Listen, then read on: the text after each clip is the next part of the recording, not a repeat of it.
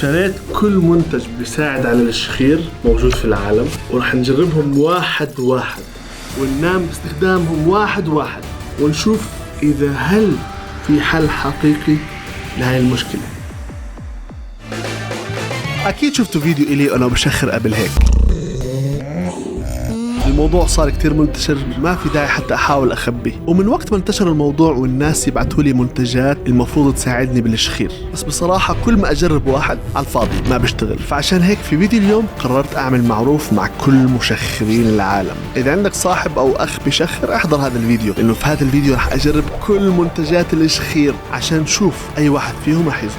أول منتج، كل حدا بشخر بالعالم نصحوه بهذا المنتج. عبارة عن زي لزقة بتلزقها من خارق وزي السحر بتبطل تشخر. فاللزقة المفروض لما تلزقها هون ايش تعمل؟ هيك بتفتح منخار فبتصير هيك تشم كثير هيك، فاهم؟ يلا نروح نجربها. هلا والله احنا اليوم مع بعض في نفس غرفة النوم.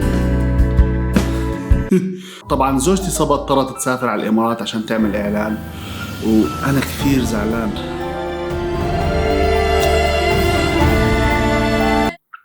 اوكي كمان 5 ثواني زعل. منتجنا الاول استيكرات الشخير. هذا افضل نوع موجود في السوق، يعني اذا ما زبط ما في ولا نوع حيزبط. هلا هاي لازم تنحط بالضبط هون، يعني عشان تفتح هدول. اوكي ربنا الله، حاسس حالي عم بتنفس كثير اكثر. كل هالروائح، او ماي جاد. حاسس حالي عم بتنفس HD 3D. طيب يلا نروح ننام ونشوف اذا رح تزبط او لا. وهيك اجى وقت النوم. طبعا عملية النوم كانت بصراحة شوي صعبة لانه في اشي ملزق على منخاري، بس كل شي كان على الفاضي.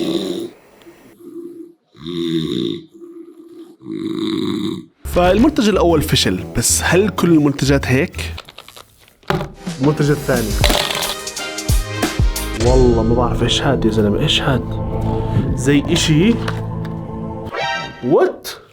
اشي زي بلاستيكة بتحطها هون هيك في النص هيك، زي بتعرف هذا الحلق اللي بحطوه؟ طلع هاد تحطه. خلينا نجربه.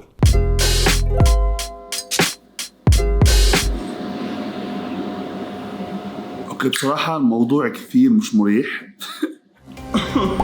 حاسس كأنه في حدا ماسك منخاري طول الوقت. بصراحة المشكلة انه مش حاسس حالي عم بتنفس احسن، بصراحة حاسس حالي عم بتنفس اسوأ. يعني مش عارف. ايش الهدف من هاي القطعة؟ مش فاهم، كثير غريب، احساس جدا مزعج. مش عارف كيف راح اقدر انام هاي الشغلة عم. واو كأنه الشخير شوي خف، يعني طلعوا قبل وطلعوا بعد. فعليا خفف الشخير شوي، فنعطيه يعني نص نقطة. ما تسألوني أنا نفسي مش فاهم. بلوزة. أنا ما بعرف مان، هل فيها إشي مغناطيسي؟ فيها إشي غريب. فيها هون مربع طلع. شو المفروض يصير؟ ما في على الورقة ولا إشي يشرح شو البلوزة بتعمل. إيش أسوي في البلوزة؟ كيف هاي حتساعد؟ مش فاهم.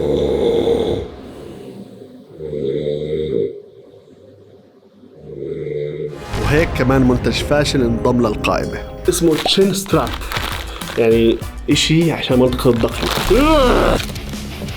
أولا حلو فهمت. هون الدان هيك إشي اللي هيك مفروض somehow هاي توقف الشخير.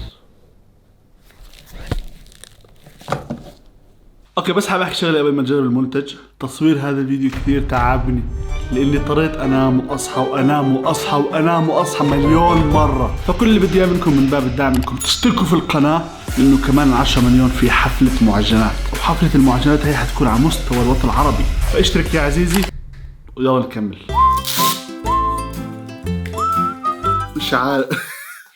مش قادر اعرف وين لازم تنحط، كيف هيك مثلا، مش قادر اعرف صراحه. بس هيك عم بنخنق، حاسس حالي عم بنخنق. حاس حالي عمال خنق. متوقعش الهدف اني انخنق، اتوقع بالعكس الهدف اني اتنفس احسن فعليا. بعرف حطيته هيك.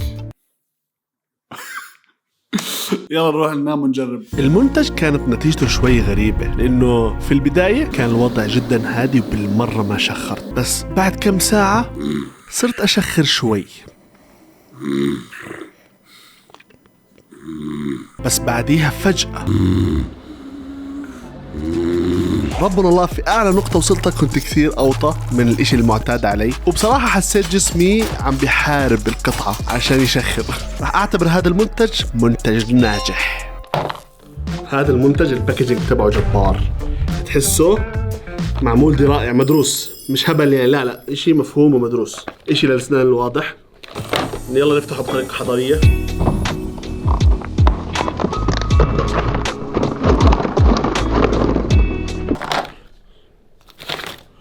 كمان واحدة زي هاي.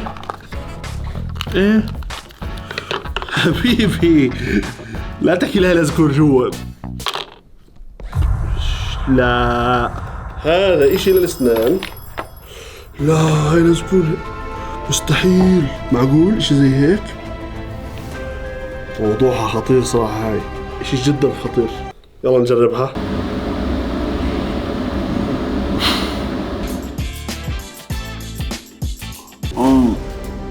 كثير غلط حاسه، كيف هيك؟ مش فاهم. هذا المنتج فكرته ناجحة لأنه مستحيل تقدر تشخر إذا أصلا ما نمت. هذا الاشي هو أسوأ اختراع في العالم، وكمان اشي هو في مكان الاسنان اللي فوق والاسنان اللي تحت بيخلي فكي يطلع لقدام هيك فاهم، عشان اقدر احطه في المكان الصح اسناني. كثير مش مريح يعني، كثير مش مريح. قطعة غبية بكل معنى الكلمة. بس خاتم الشخير ومكتوب عليه بالصيني. الصينيين عندهم خاتم لكل شيء، عارفين في خاتم لكل شيء، لكل مشكلة عندك حتلاقي لك خاتم. ممكن لو سمحتي ما تشخري؟ ما بتضحك. واو الخاتم عليه حفر من ورا، يعني في تكنولوجيا حديثة، يعني بجوز حتى المخلوقات الفضائية ما وصلوا لهي التكنولوجيا. يلا نجربه. تعرفوا شو يا جماعة؟ صحيح انه خاتم الشخير مبدأه غبي وما حدا منكم مصدق انه ممكن يزبط، بس انا مآمن ممكن. هذا اشي الكتروني، يعني اشي مكتوب عليه سمارت انتي سنورينج ديفايس. سمارت، ما دام هي سمارت امورنا تمام.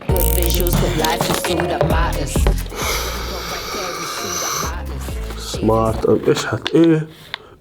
شو هذا؟ شو الفكرة؟ جهاز الشخير الجبار، في عليه حديد هون من تحت، بعرفش كيف تلبس، يمكن على راس الواحد. معقول على راسه؟ مش معقول. استنى شوي. اوه والله جد. ايوه انا والله كنت فكرها ساعة يا زلمة. بس طلعت لازم تحط هون. يلا نجرب. اوكي هاي الجهاز شغال وكل شيء، بس في شيء مش فاهمه، كل ما اكبس الكبسة بيزيدوا الضوء. ليش؟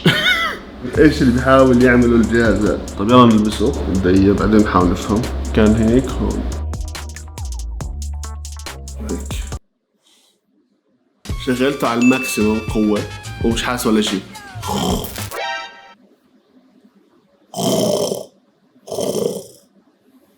كأنه بيكهربني. اسمع يا جماعة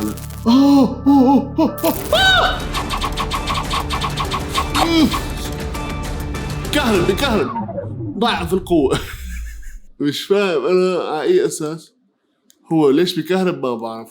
لا هيو أنا عم بحس بالكهرباء بس ضعيفة هي مرة بقدر أتحمل. قبل شوي كانت حسيت كأنه حطيت وجهي على سلاك كهرباء. لسبب ما المفروض الكهرباء تخليني ما أشخر، بعرفش. خلينا نجرب ننام. كان عملية النوم شوي صعبة كونه في جهاز عم بكهربني بوجهي، بس بالأخير نمت. وللأسف هذا الجهاز طلع كمان حكي فاضي. ما بتصدقوا قديش انا من زمان نفسي اجيب هاي الشغله واجربها. عباره عن مخده المفروض تخلي الواحد ما يشخر. في ناس تحكي انها بتزبط، يعني بصراحه ما بعرفش، وثقيل زي ما زلت ثقيل. في كيس جوا الكيس. اوكي بلشت تتضخم. في شيء لازم اعمله عشان اساعدها. مفتوحه صح؟ يا جماعه المخده مفتوحه من النص. لازم احط راسي جوا مثلا، مش عارف اذا هيك يعني الفاينل فورم تبعها، ولا هي لازم تتضخم اكثر. بس هيك مترهله، بتحسها مجعده، بتحسها عمرها 70 سنة. خلينا نجربها ونشوف شو راح يصير. انا جد حاسس انها حتزبط بصراحه. انا جد داخل بإيمان قوي. مشكلتها انه ريحتها بتخزي، يعني انا من هون شام ريحتها وعارف حالي راح اعاني حتى انام. بس يلا نحاول. اوه مش مريح بالمره.